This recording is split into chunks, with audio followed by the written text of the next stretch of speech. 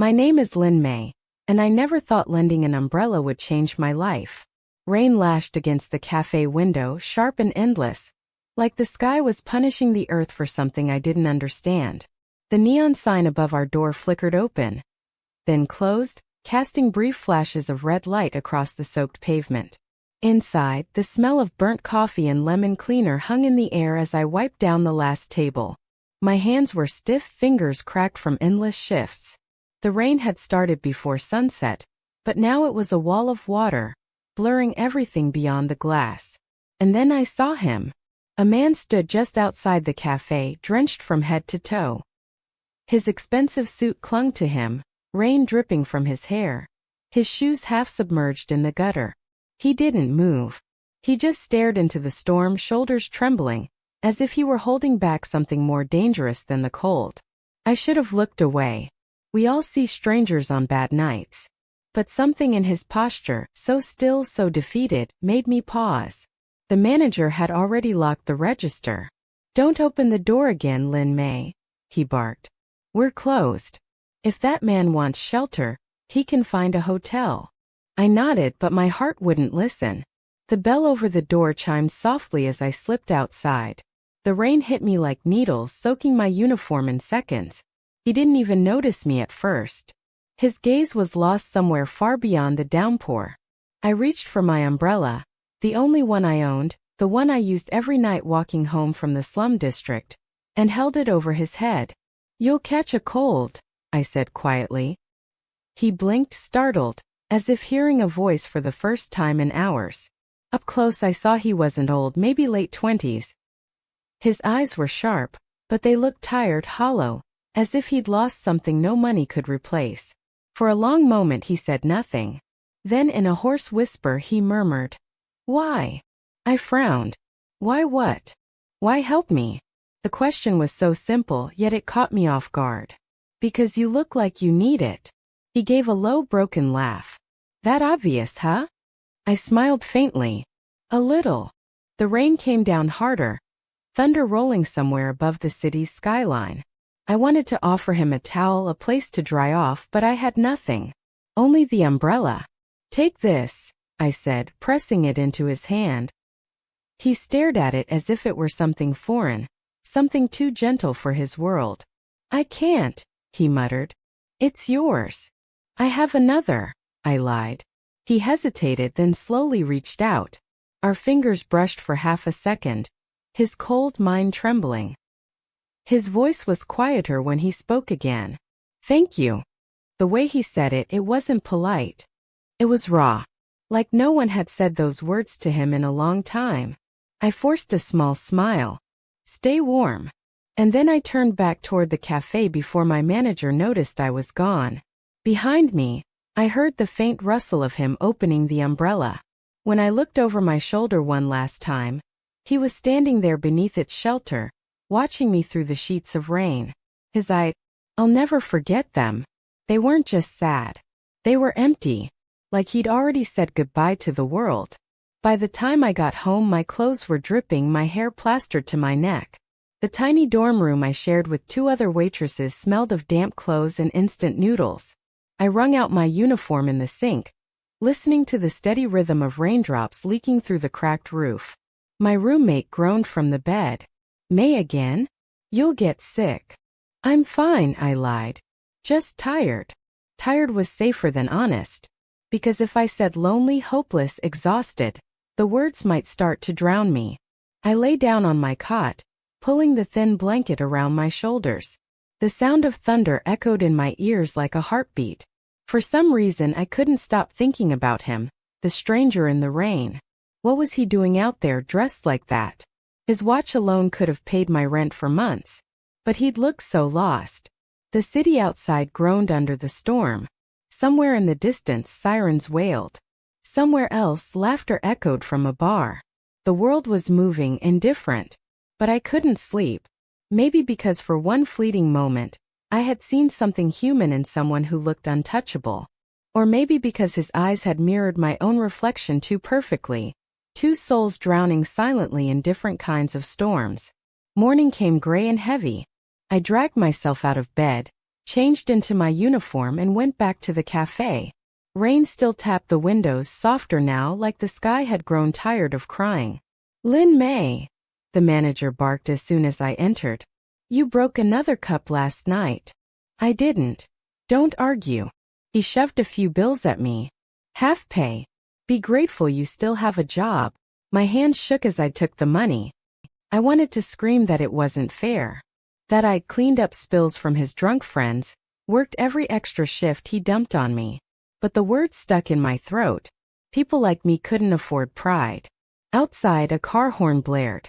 A sleek black sedan glided past the café. Its tinted windows reflected the gray sky, unreadable. I thought nothing of it, until the car stopped. It idled for a moment. Then slowly it pulled away, disappearing into the wet streets. Something in the way it paused sent a chill down my spine. I stepped to the window, wiping the condensation away with my sleeve. For just a heartbeat I thought I saw someone inside. A pair of eyes watching me. Familiar eyes. And then they were gone. That night, the city lights blurred again behind streaks of rain. I walked home umbrella-less, drenched but strangely awake. Every step splashed through puddles that reflected the café's flickering sign. My manager's words echoed in my head. "People like you are replaceable." Maybe he was right. I was one of thousands working to survive, faceless and forgettable. But as I crossed the intersection, I glanced up. A limousine rolled slowly past under the streetlight. Behind the tinted glass, I caught the faintest glimpse of those same eyes. Watching. Waiting. For a split second I felt warmth, like the rain itself had stopped touching me. Then the car turned the corner and vanished into the storm.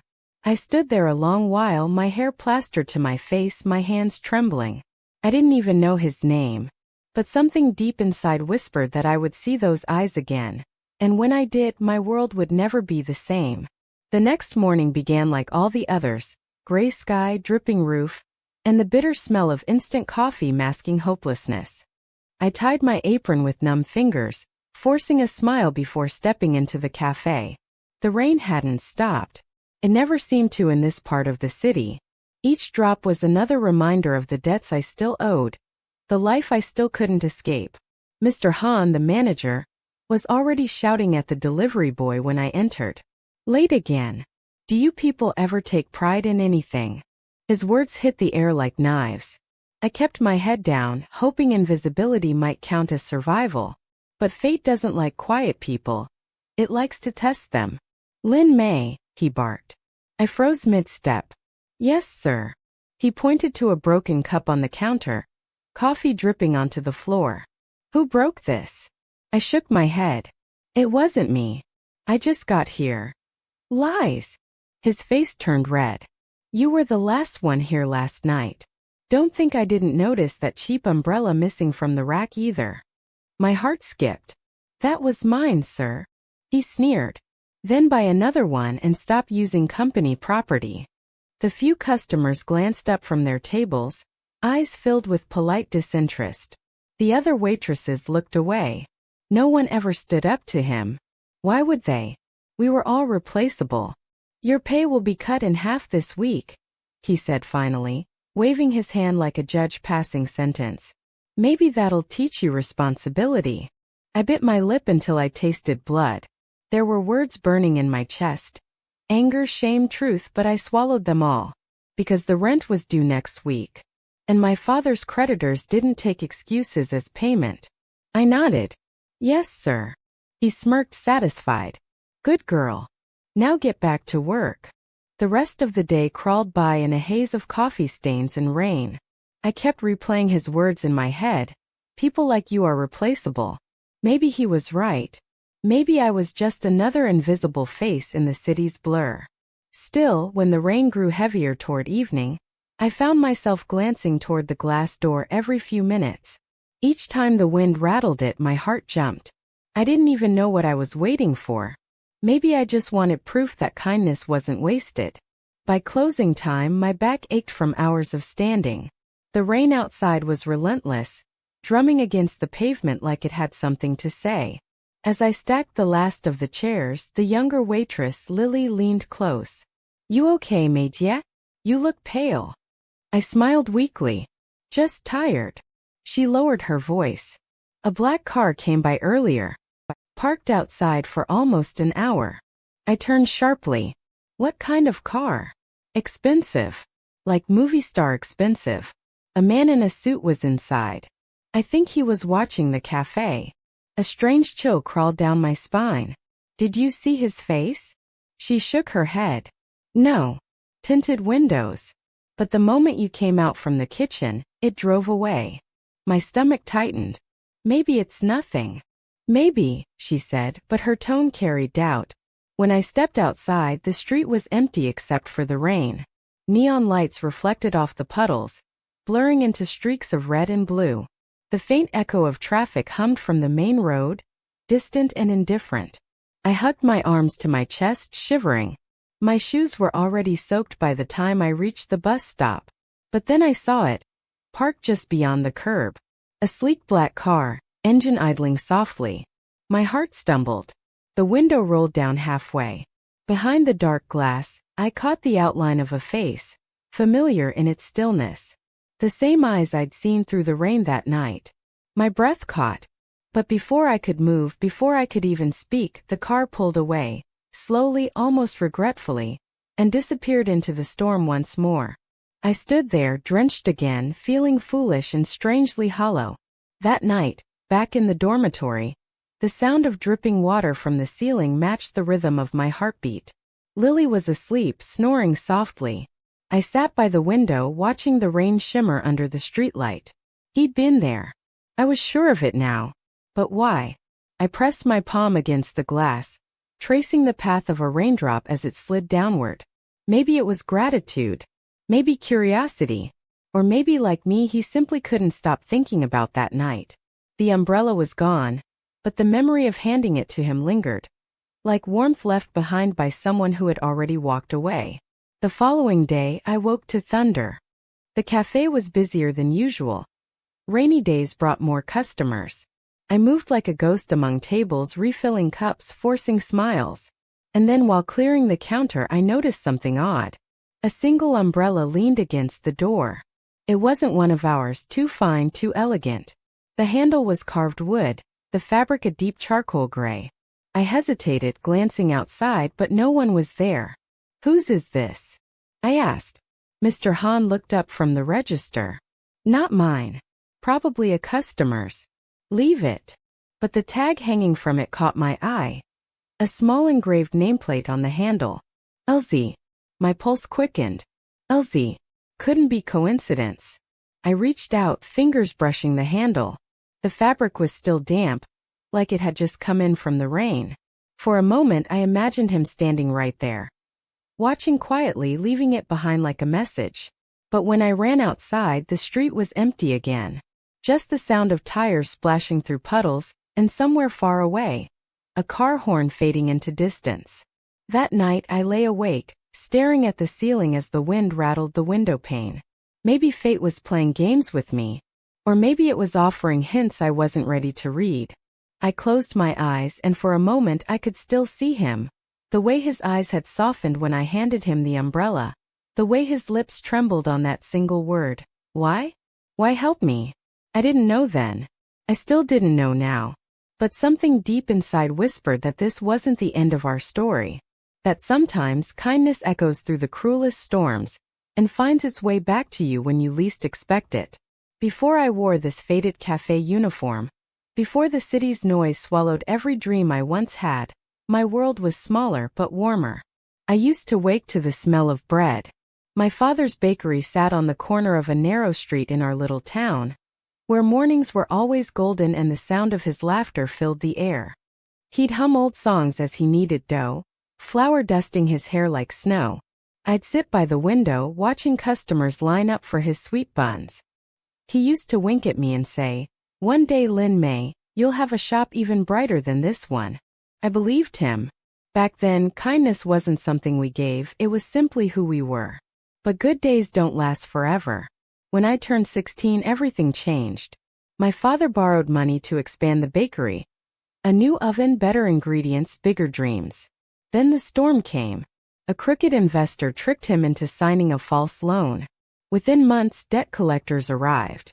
They took the equipment, the shop, even our home. I still remember the sound of his voice when they dragged him away. "Don't cry, Mei. I'll fix this. I promise." He never did. They accused him of fraud, him the kindest man I knew, and sent him to prison for someone else's lies. I was left alone with bills I couldn't pay and a heart too heavy to carry. The city became my battlefield. At 17, I started waiting tables. At 18, I learned to smile through hunger. By 20, I'd stopped counting how many nights I fell asleep with aching feet and tear-stained cheeks. I worked 3 jobs. Morning shifts at a bakery that wasn't ours. Nights at the café, weekends cleaning hotel rooms. Every coin went to pay for my father's legal fees. And yet, no matter how hard I tried, it was never enough. I'd walk past glittering stores, watching people laugh beneath umbrellas that cost more than my rent. Sometimes I'd catch my reflection in their windows, thin, tired, faceless. A girl the world would never remember. But still I held on to one thing. A small red umbrella. The same one I used that night. It wasn't expensive. Just a cheap street market buy with a crooked handle. But my father had given it to me before his arrest. "For when life rains too hard," he'd said, smiling through worry, "promise me you'll always stay dry." I carried it everywhere, through broken streets, through storms that soaked my soul. It was the only piece of home I had left. Sometimes when the rain hit its canopy, I'd close my eyes and pretend I was back in that bakery, listening to the sound of dough rising in the oven. That's why when I handed it to that stranger, my chest tightened. It wasn't just an umbrella. It was my last bit of safety, my last connection to a world that once loved me. But that night when I saw him standing in the storm, empty, broken eyes full of quiet despair, I thought of my father again. How he used to say, "The world will try to harden you, Mei. Don't let it." So I didn't. Maybe I didn't save that man's life. But maybe I saved something smaller, his faith in people. And somehow that thought made the empty walk home less lonely. Weeks passed. Life at the cafe dragged on, as dull and heavy as the gray sky above it. But the rain never stopped. Sometimes I'd stare out at the street where I first saw him. The puddles still glistened there. The same cracked pavement waiting for another story. Every storm since then felt personal, like the sky itself was reminding me of him. The other waitresses teased me about it. "Still dreaming about your mystery man?" Lily would laugh. "Maybe he'll come back rich and sweep you away." I smiled, shaking my head. People like him don't remember people like me. But late at night, lying on my narrow bed, I'd still wonder, was he safe? Did he find warmth? Did he remember the girl who lent him an umbrella she couldn't afford to lose? The truth is, I wanted to believe he did. Because believing that kindness mattered kept me alive. One night, while locking up, I caught sight of my reflection in the cafe window. The neon light flickered above me. Red and blue, open and closed, hope and reality. I whispered to it like a prayer. "Please let this mean something. Please let that moment not be wasted." The rain answered softly against the glass, as if promising to remember even when people didn't. A few days later, I visited my father's prison. He looked older, his once strong hands now thin and pale, but his eyes still lit up when he saw me. "You've lost weight," he said, frowning. "I'm fine," I lied. "I brought you bread." He laughed quietly. "Still making your old man proud." We sat in silence for a while, the kind of silence that carries both love and sorrow. Then he said something that lingered long after I left. "Do you know what I miss the most, Mei?" "The rain." "The rain?" I asked, surprised. He nodded. "When you're trapped, even storms feel like freedom. Don't let the world make you afraid of it." That night, walking back through the drizzle, I thought about his words. Maybe rain wasn't punishment. Maybe it was renewal. And maybe somewhere under the same sky, that stranger was walking through it too, learning to breathe again. I didn't know it then, but that small act of mercy, the umbrella I gave without expecting anything back, was already changing my fate.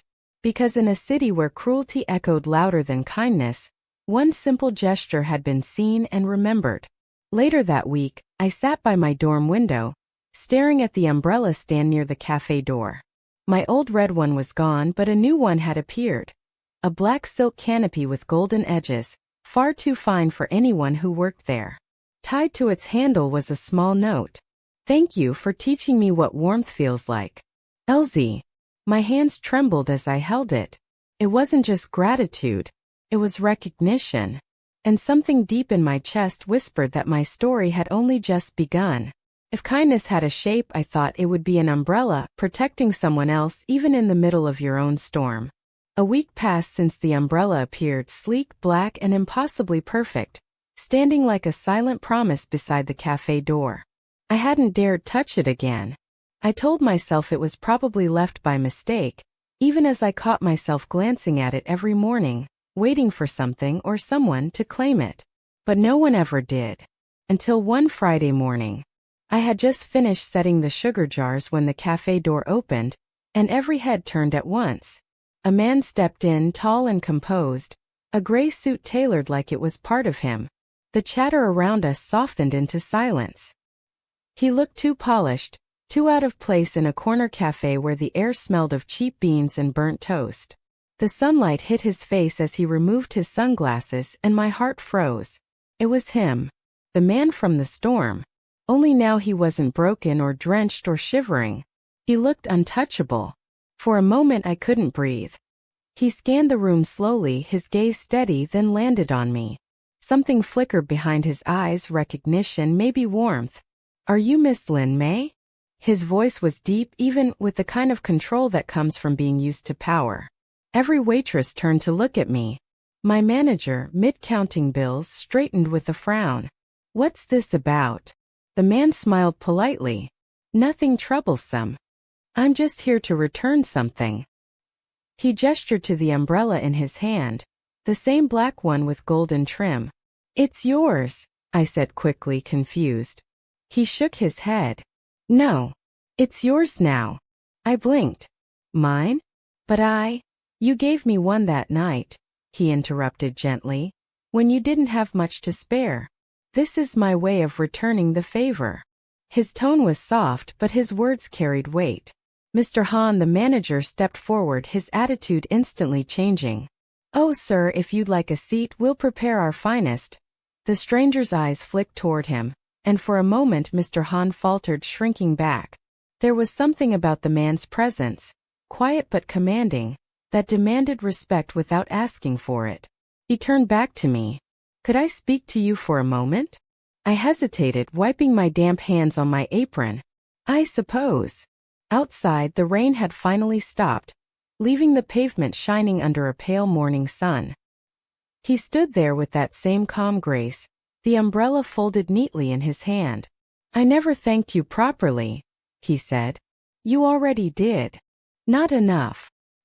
He studied me quietly, as if seeing through every mask I'd ever worn to survive this city. "Do you always help strangers?" "Only the ones who look like they need it," I said softly. A smile ghosted across his lips. "Then I must have looked worse than I thought." "You did," I admitted before I could stop myself. He chuckled, low and brief but real. The sound startled me. I hadn't expected him to know how to laugh. Then he extended a sleek white card. "My name is Liang Zhen. If you ever need anything, please call this number." The embossed letters shimmered faintly. Liang Group Holdings. I stared, stunned. Everyone in the city knew that name. Billionaire. Investor. Ew. I handed the card back immediately. "I can't accept this." "Why not?" "Because I didn't help you for a reward." He didn't move for a moment, then pocketed the card with a small nod. "You really are different." I looked down at my worn shoes. Different isn't always useful. He tilted his head slightly, studying me again. "I disagree. I thought that was the end of it."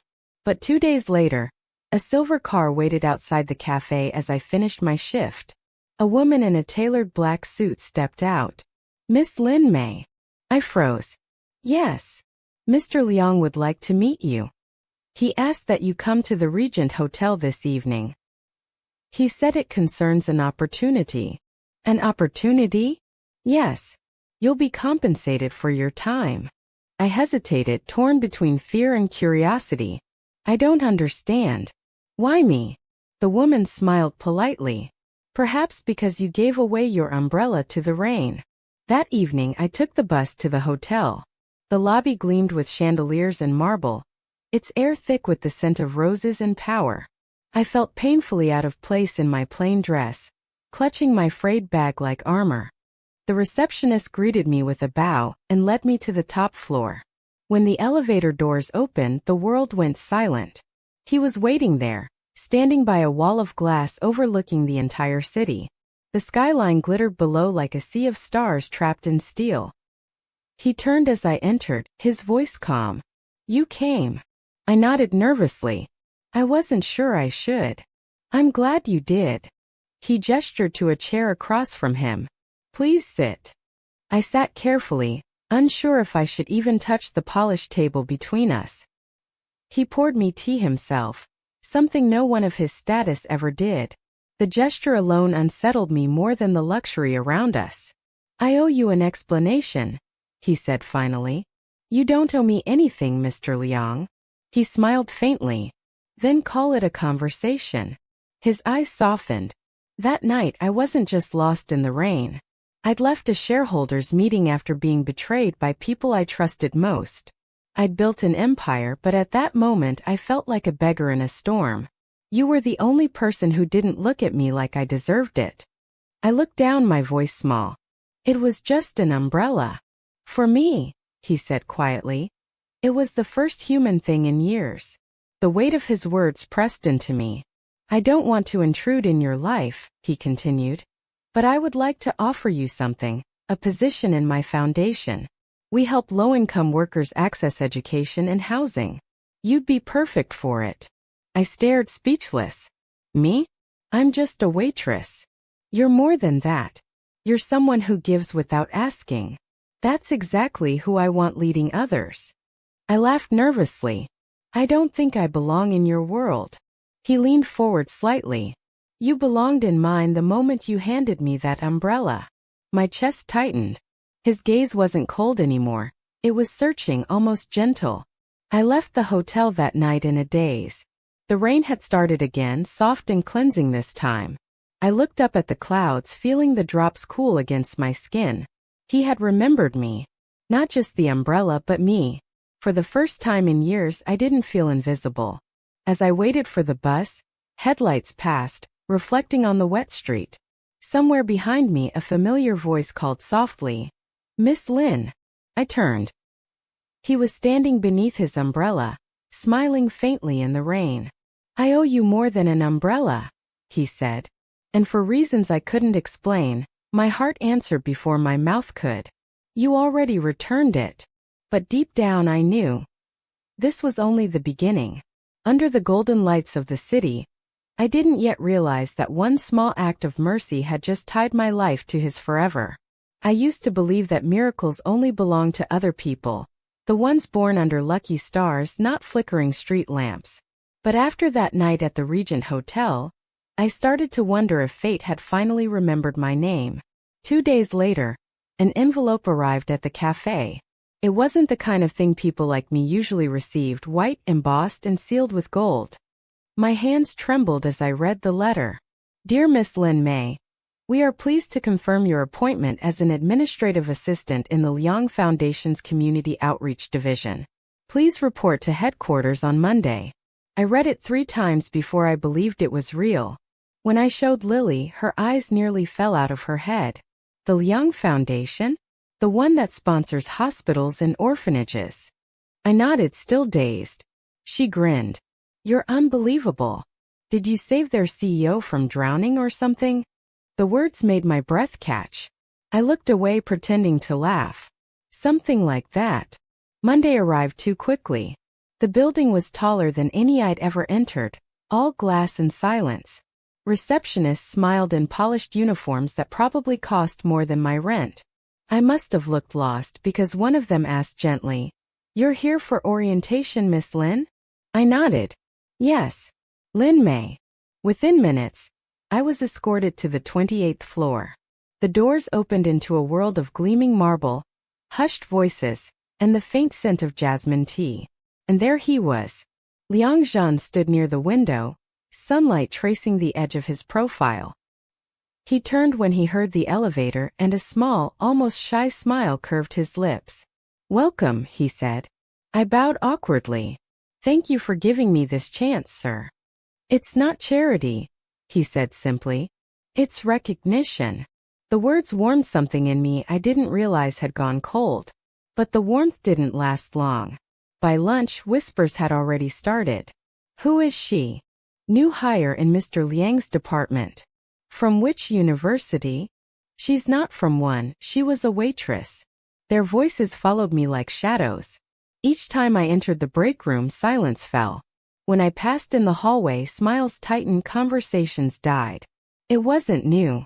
I'd been invisible before, but this was worse. They saw me now, but only to judge. That night, while I stayed late sorting donation forms, Liang Zhen appeared at my desk. "You're still here." I jumped. "Oh yes. I just wanted to finish these." He glanced at the stack of papers. "You've already done 3 departments' work."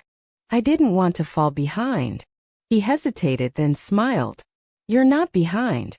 You're ahead." His tone was gentle, but his eyes flicked toward the glass door, where 2 assistants were clearly pretending not to listen. He knew. And yet, instead of addressing the whispers, he said quietly, "Keep doing what you do best. Let your work speak louder than their noise." I nodded, unsure whether to feel comforted or terrified. Weeks passed, and my fear slowly gave way to focus. I learned quickly, handling reports, coordinating donations, even visiting community sites. Liang Zhen began calling me into meetings more often. Not for errands but for input. "What do you think about expanding to smaller towns?" he asked once, scanning a proposal. I blinked, startled. "You want my opinion?" "Yes. You grew up in one, didn't you? You'd know better than anyone what they need." I hesitated, then spoke honestly. They need more than charity. They need dignity. The way we frame help matters. No one wants to feel rescued, they want to feel seen. He watched me quietly for a long moment. Spoken like someone who's lived it. The approval in his voice made my chest tighten. But the gossip didn't stop.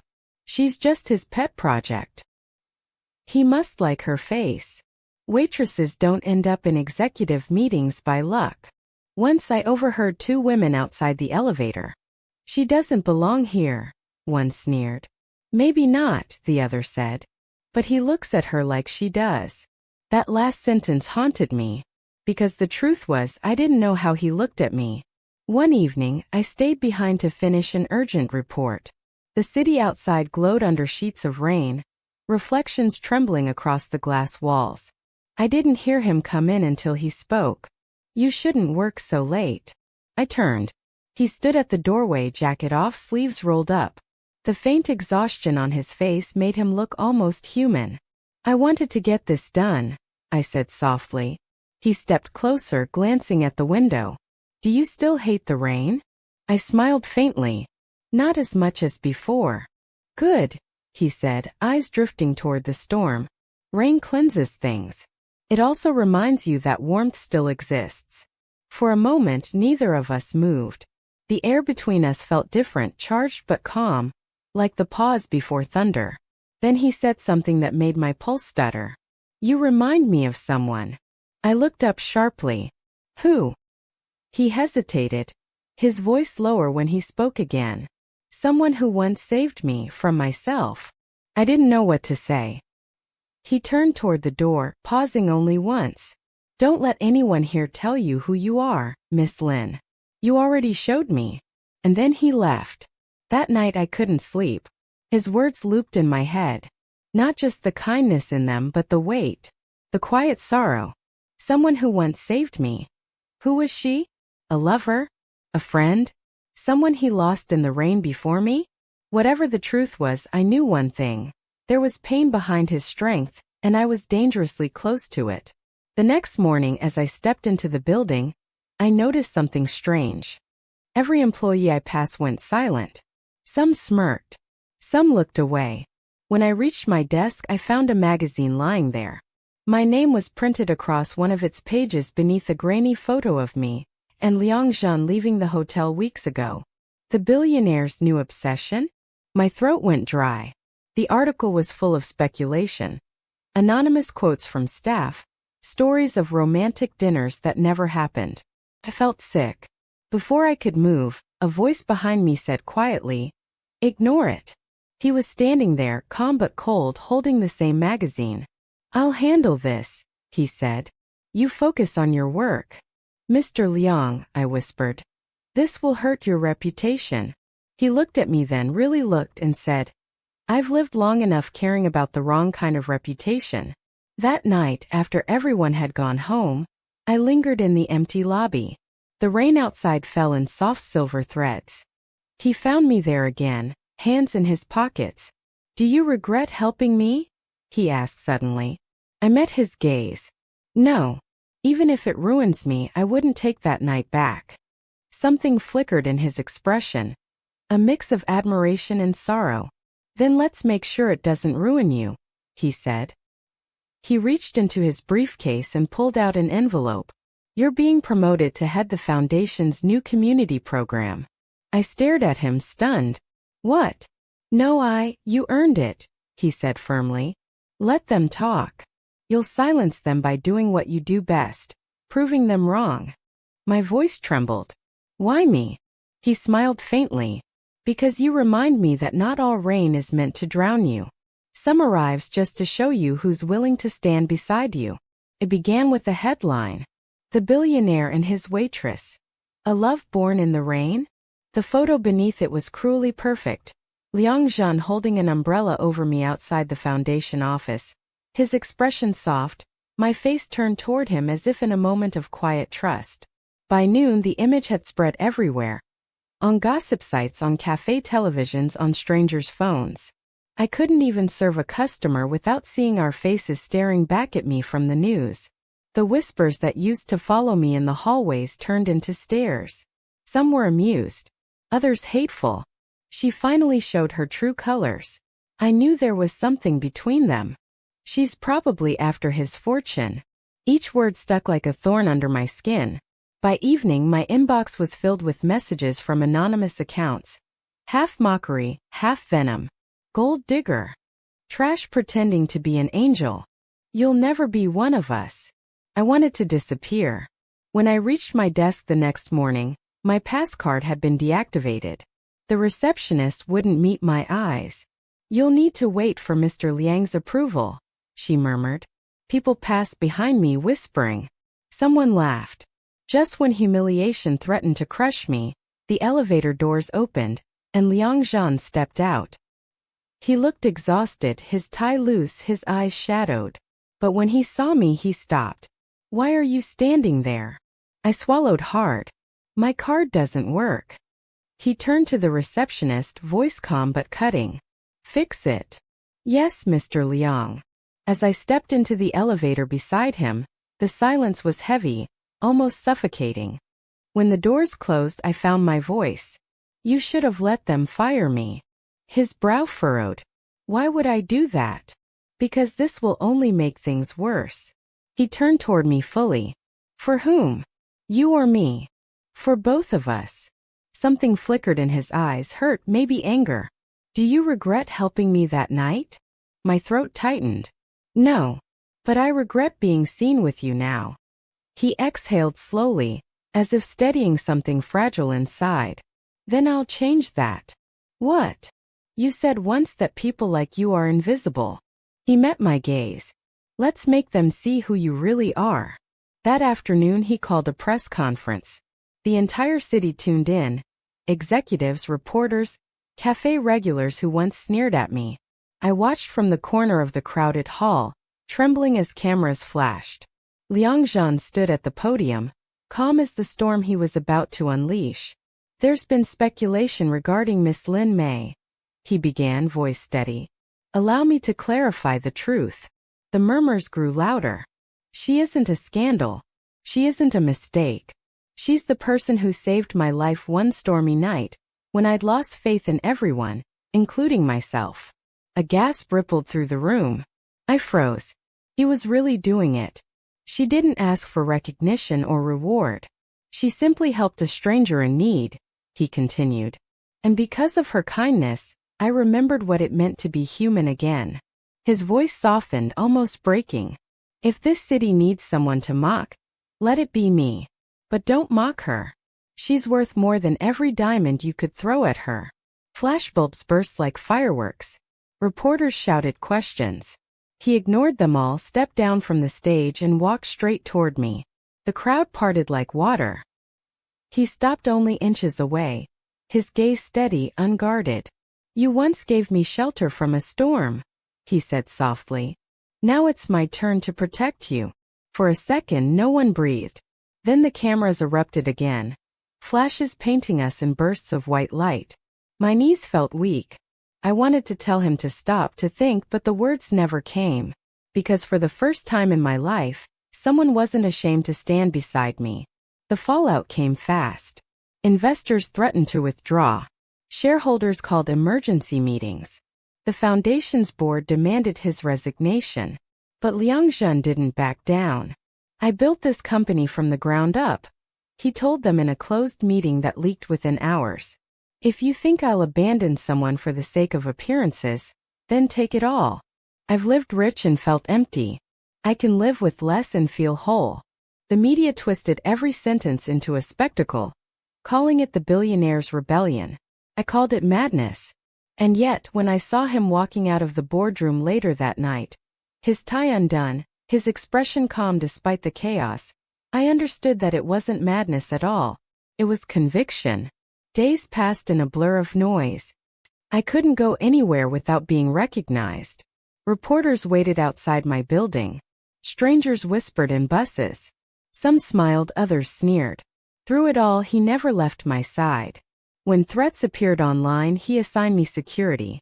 When the café manager called to mock me for acting above my class, Liang Zhen personally paid off my father's debts and handed me the title deed of the bakery we'd lost. This belongs to your family again, he said simply. I stared at him, tears welling. Why are you doing this? He met my eyes. Because kindness shouldn't end where gratitude begins. But the world wasn't done testing us. One night, I found him in his office, staring out at the rain-smeared skyline. The board's moving to suspend me, he said quietly. My heart dropped. Because of me? He smiled faintly. Because I finally have something they can't control. I took a hesitant step forward. Then let me resign. If I leave, they'll stop. He turned sharply. No, why not? Because that's exactly what they want, to make you believe you're the problem. He looked at me, eyes burning with quiet defiance. I built my empire on logic, Lin Mei.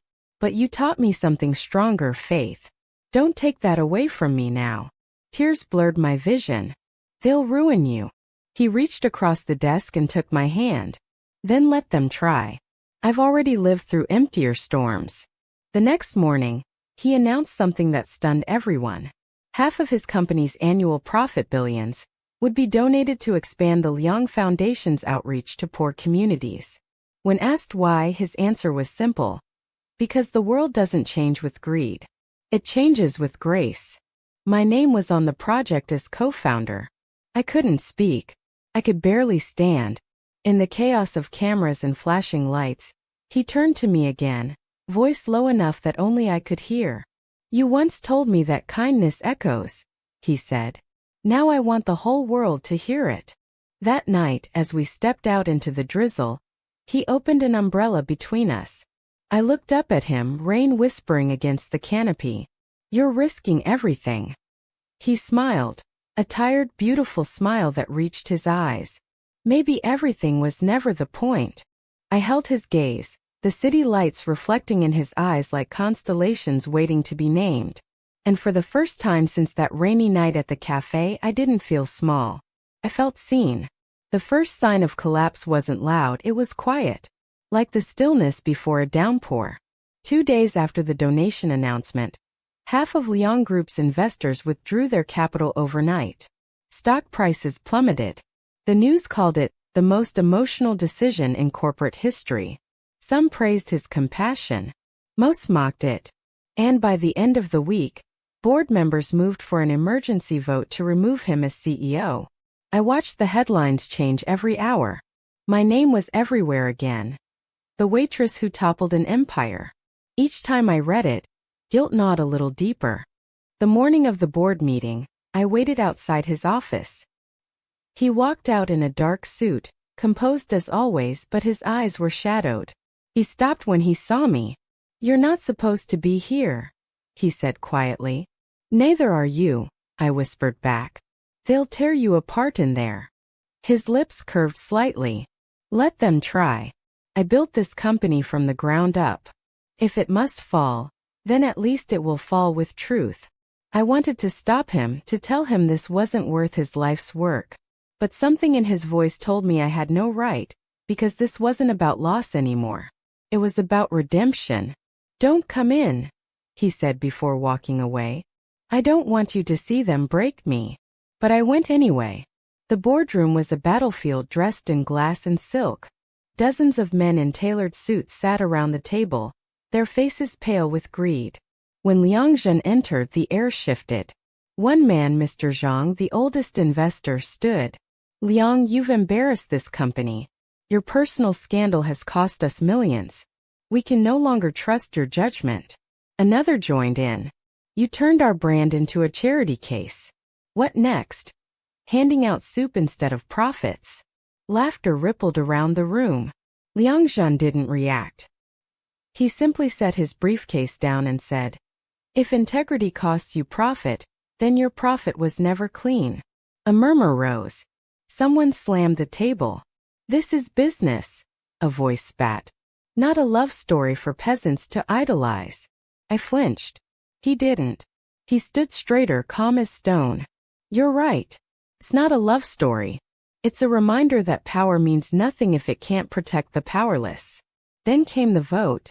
One by one, hands raised. Until the last one stayed down. His motion passed.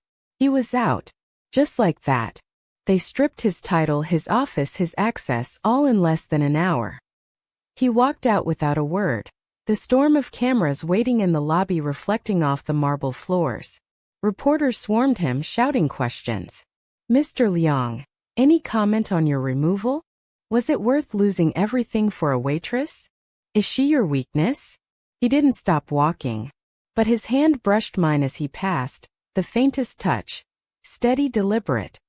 That one gesture spoke louder than any answer. By nightfall, the entire city buzzed with gossip. The empire he built over 15 years was gone in 15 minutes. I sat by my window watching the rain return, wondering if the sky was mourning him too. When my phone rang, I almost didn't answer. Lin Mei. His voice was hoarse, tired, but still warm. "Where are you?" "Nowhere important," he said. "I just wanted to hear your voice before I disappear for a while." "Disappear?" My chest tightened. "Zhen," he chuckled softly, the sound breaking midway. "You said my name. Don't joke right now." He paused. "I'm not. It's been a long time since anyone said it without fear or agenda." "Come back," I said. "We'll fix this." "There's nothing left to fix," he murmured. "Only things to set free." Then the line went dead. I didn't sleep that night. By morning, I found his penthouse empty. His security guards gone. His phone disconnected. No one knew where he went. The media speculated everything: bankruptcy, exile, scandal. But I knew better. He wasn't running away. He was setting himself apart. Because Liang Zhen wasn't the kind of man who vanished. He was the kind who rebuilt, quietly, stubbornly, until no one could ignore him again. Still, the silence hurt more than I expected. Weeks passed. The foundation carried on under temporary leadership. I tried to focus on work, but every day felt hollow. Then one evening, I received a sealed letter with no return address. Inside was a single photo: Liang Zhen standing before a small, flood-damaged school in a rural village. Children surrounded him, laughing. On the back, in his handwriting, were just 3 words: "Building again, differently." I pressed the photo to my heart, tears slipping down my cheeks. So he hadn't vanished after all. He'd simply gone where the world couldn't twist his intentions. 3 months later the storm returned, but not the kind that fell from the sky. A news alert lit up every screen in the city. Corruption scandal rocks Liang Group board. Former executives under investigation. The same men who'd forced him out were being led away in handcuffs. Embezzlement. Fraud. Decades of cover-ups. Someone had leaked documents to the authorities, detailed irrefutable evidence. And at the end of the report, a single anonymous signature. LZ. My hand shook as I read it. He hadn't just walked away. He'd torn down the rot they tried to bury. He'd chosen justice over vengeance, and somehow that was more powerful than both. When I saw him again, it was raining. Of course it was. He stood outside the café where everything began. No suit this time, no entourage, just a man in a simple coat holding a black umbrella. The same umbrella he'd once returned to me. I stepped outside, the drizzle misting my hair. You came back. I never left, he said. Not really. Everything's changed. Everything had to. He looked at me then, no longer the untouchable CEO, but the man I'd found in the storm all those months ago. His eyes were tired but clear. I lost my company, he said quietly, but I found my peace. And what about me? He smiled, small and sad. You were never mine to lose. The words stung, but beneath them was something deeper. Respect. Freedom. I realized he wasn't offering pity or protection anymore. He was offering equality. And that meant more than diamonds ever could. The first morning after his return felt unreal, like waking from a long cold dream into sunlight I didn't think I'd ever see again. The city had stopped talking about the scandal. The news moved on to fresher storms. But for me, the silence that followed felt louder than any headline. Liang Zhen had been stripped of everything. His company, his title, the wealth that once defined him.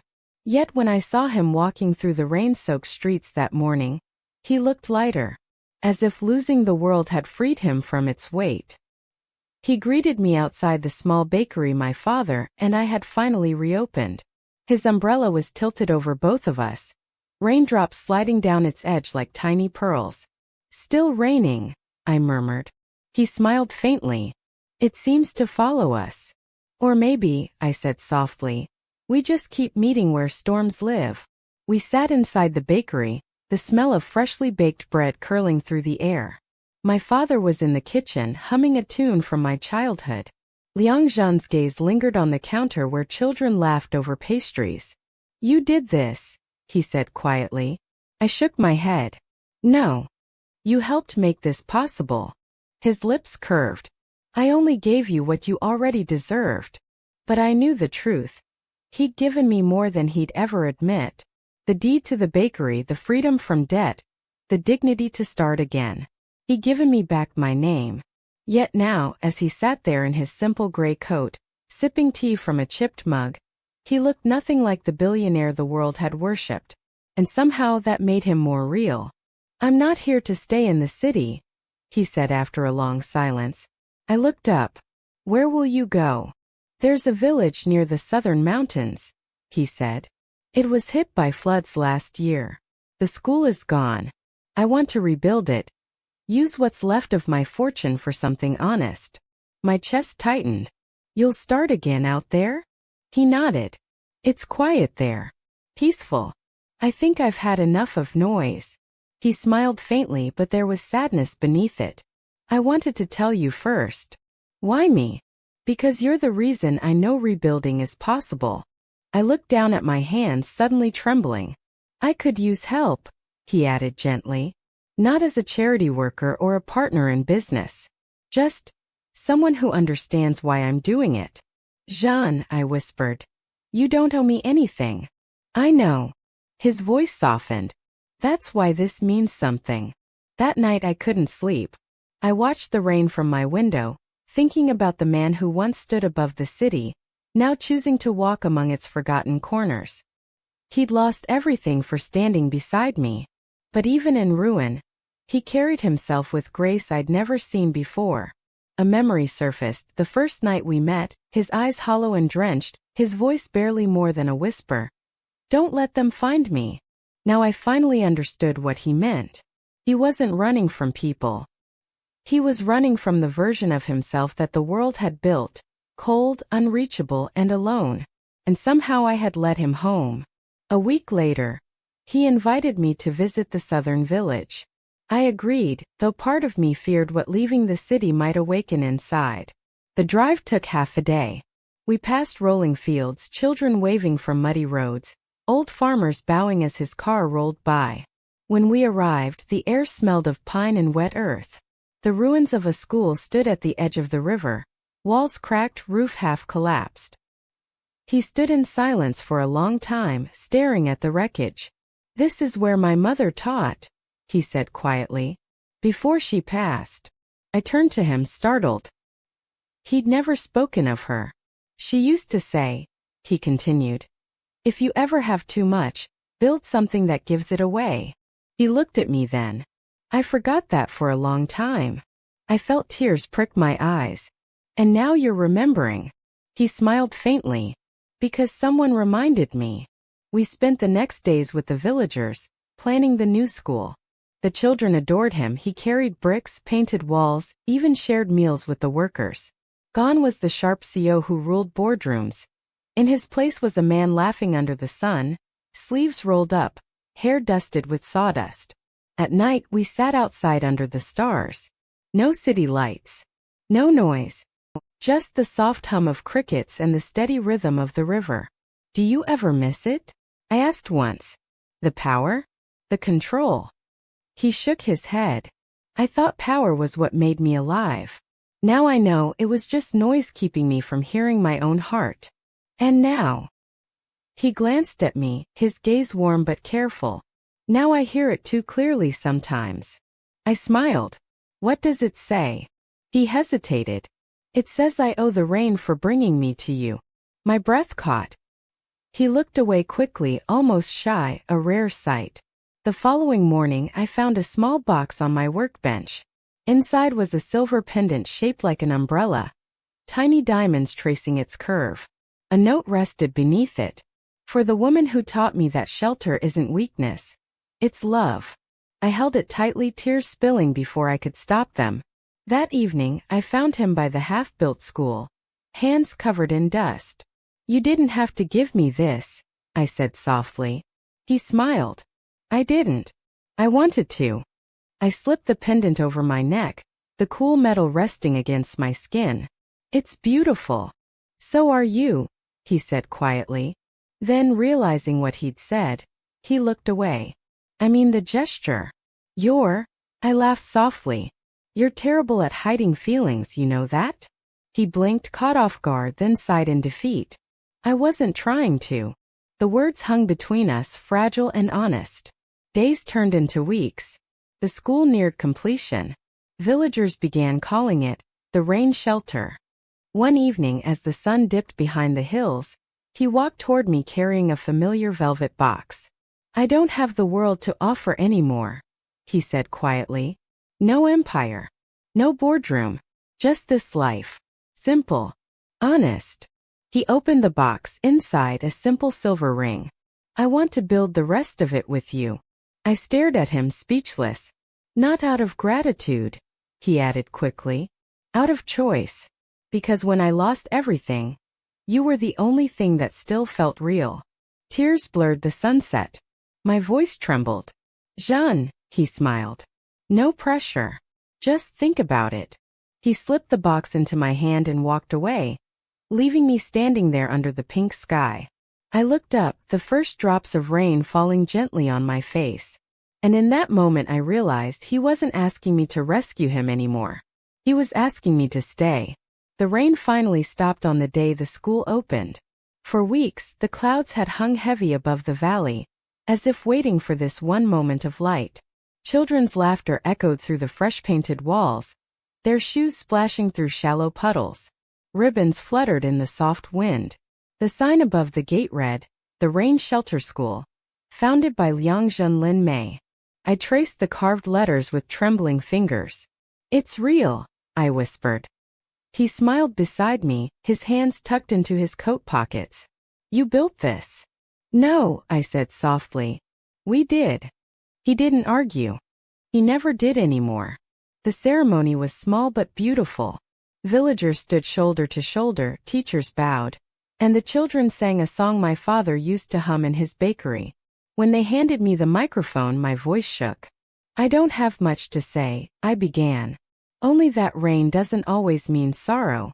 Sometimes it just means something new is about to grow.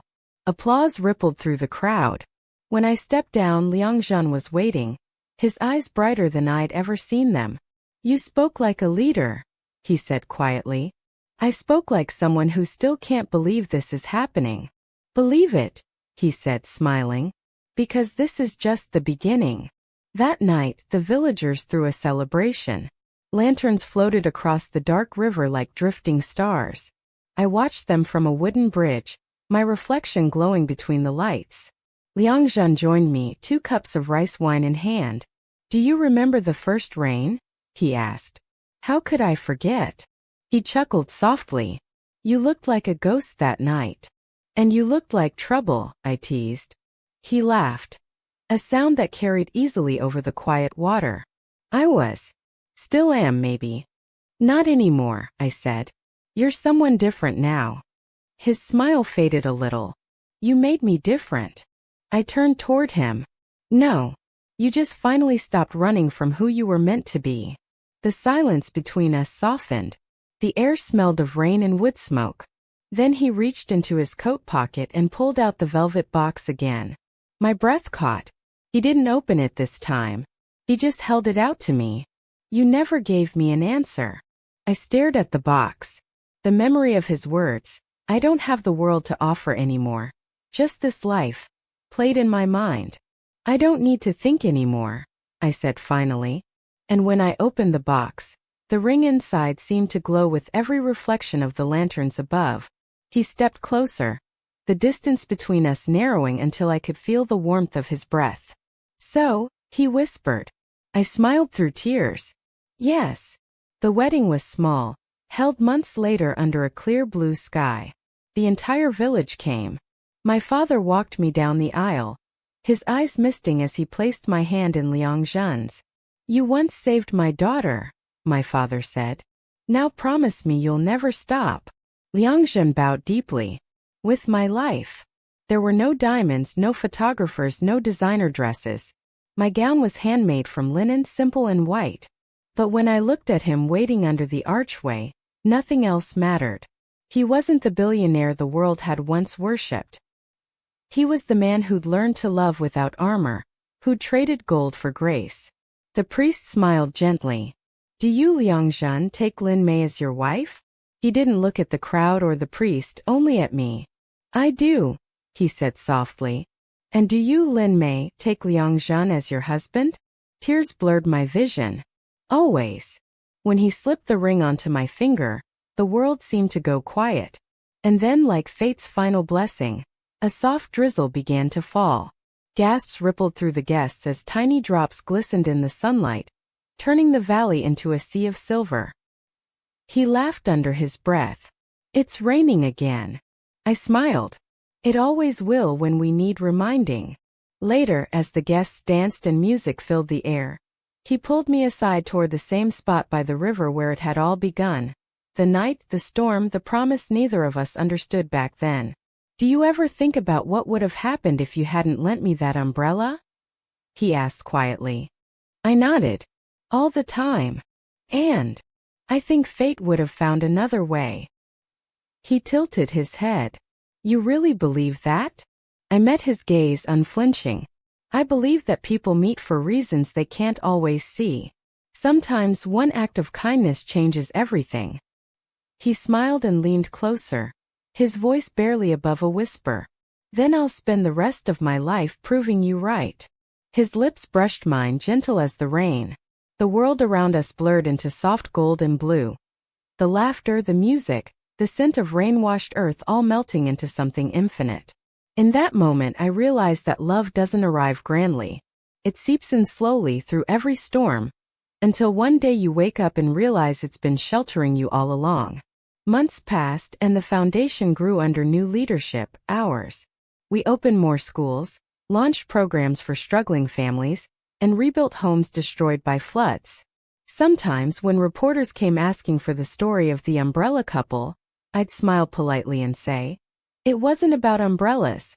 It was about remembering that even strangers deserve a little warmth." They'd always nod, half understanding, before leaving. But every night as I locked up the bakery, I'd still glance at the corner by the window, the place where I'd first handed my umbrella to a stranger who looked like he'd lost everything. And I'd smile, because now that stranger was my home. The cafe we once dreamed of owning opened a year later, right across from the school. We called it Under One Umbrella. It became a refuge for travelers, villagers, and workers passing through. My father managed the kitchen, and Liang Zhen, despite his protests, learned to brew coffee. Badly. Too bitter, I'd tell him. He'd grin. "You'll drink it anyway." And I always did. Because bitterness, I'd learned, was just another kind of memory, proof that we'd survived the storms that tried to drown us. On our first anniversary, he brought me a bouquet of white lilies. "For the girl who lent me an umbrella," he said, placing them in my hands, "and gave me everything else after." I laughed through tears. "You still remember that night?" He smiled. "Every second. Every drop of rain." We stood there under the awning as the drizzle returned once again, soft and forgiving. The same rain that had once separated us now felt like a blessing, a reminder that some beginnings are disguised as storms. And this time, as he opened the umbrella above us, I didn't see shelter or distance. I saw home. Sometimes, when the night is quiet and the rain begins again outside my window, I sit with a cup of tea and let the memories return softly like echoes. I still see that night clearly. The neon lights of the cafe reflecting on wet pavement. The stranger in the storm, drenched and shivering. And the sound of my voice, timid yet certain. "You'll catch a cold." Back then, I was just a waitress with calloused hands and a worn-out heart.